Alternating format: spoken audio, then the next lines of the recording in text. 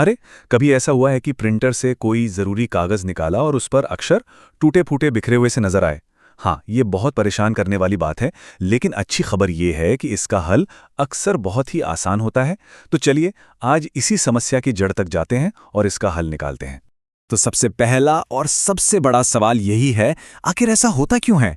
क्यों हमारे प्रिंटआउट में अक्षर साफ आने के बजाय टूट जाते हैं? चलिए पता लगाते हैं। हाँ, बिल्कुल ऐसा ही है ना। जब शब्द और अक्षर इस तरह से बिखर जाते हैं तो कुछ भी पढ़ना लगभग नामुमकिन हो जाता है। ये स्लाइड उसी परेशानी को दिखा रही है जिसका हम आज हल निकालने वाले हैं। ठीक है, तो अब जासूस बनने का समय आ गया है।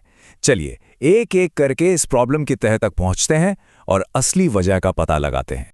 देखिए, इसका तरीका बहुत सिंपल है। सबसे पहले हमें हेड केबल को चेक करना है।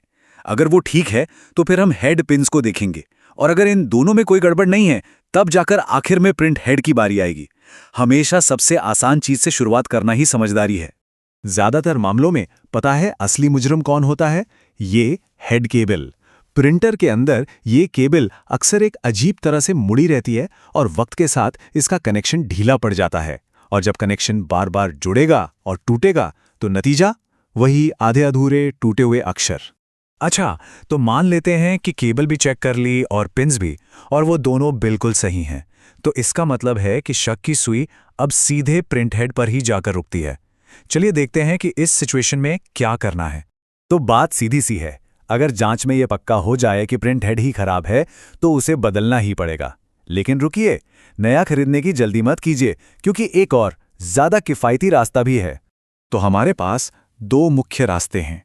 पहला, बाजार जाकर एक बिल्कुल नया प्रिंट हेड खरीद लें, या दूसरा, अपने पुराने हेड के बदले में एक रिफर्बिश्ड हेड ले लें। अब ये रिफर्बिश्ड क्या भला है? अरे बहुत सिंपल है। इसका मतलब है कि आप अपना पुराना खराब हेड कंपनी को देते हैं और उसके बदले में एक ऐसा हेड लेते हैं जिसे एक्सपर्ट्स ने अच्छी तरह से रिपेयर करके जांच परख कर बिल्कुल नए जैसा बना दिया है। ये पैसे बचाने का एक बहुत ही स्मार्ट और बढ़िया तरीका है।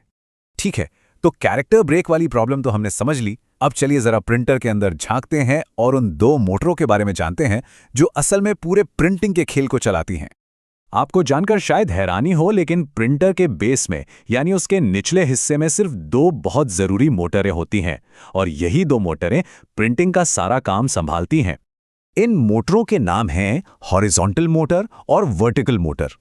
दोनों के काम बिल्कुल अलग हैं, लेकिन दोनों ही एक दूसरे के बिना अधूरे हैं। तो चलिए अब इन दोनों मोटरों की कहानी को थोड़ा और करीब से समझते हैं। देखते हैं कि ये एक दूसरे से कैसे अलग हैं और प्रिंटिंग में इनका अपना अपना क्या रोल है। यहां पर मामला बिल्कुल साफ हो जाता है। एक तरफ है हॉरिजॉन्टल मोटर, जिसे पोजीशन मोटर भी कहते हैं। इसका काम है टाइमिंग बेल्ट को घुमाना ताकि प्रिंट हेड दाएं बाएं चल सके। दूसरी तरफ है वर्टिकल मोटर, जिसे पेपर फीडिंग मोटर भी कहते हैं, और इसका काम है गियर की मदद से कागज को प्रिंटर के अंदर खींचना। तो हॉरिजॉन्टल मोटर का एक ही मुख्य काम है प्रिंट हेड को कागज पर एक सिरे से दूसरे सिरे तक, यानी दाएं से बाएं और बाएं से दाएं चलाना, और ये काम वो टाइमिंग बेल्ट की मदद से करती है। और वर्टिकल मोटर का क्या? इसका काम है मेन गियर को घुमाना ताकि कागज प्रिंटर में अंदर जा सके और प्रिंटिंग के लिए सही जगह पर आ सके।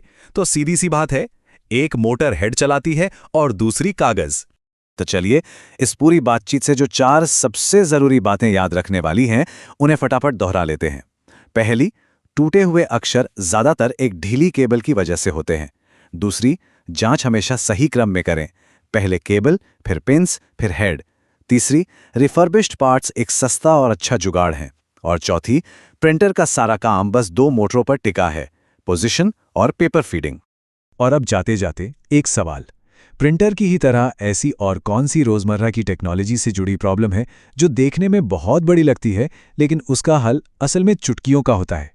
जरा सोचिए, शायद अगली बार कोई तकनीकी गड़बड़ी उतनी डरावनी ना लगे।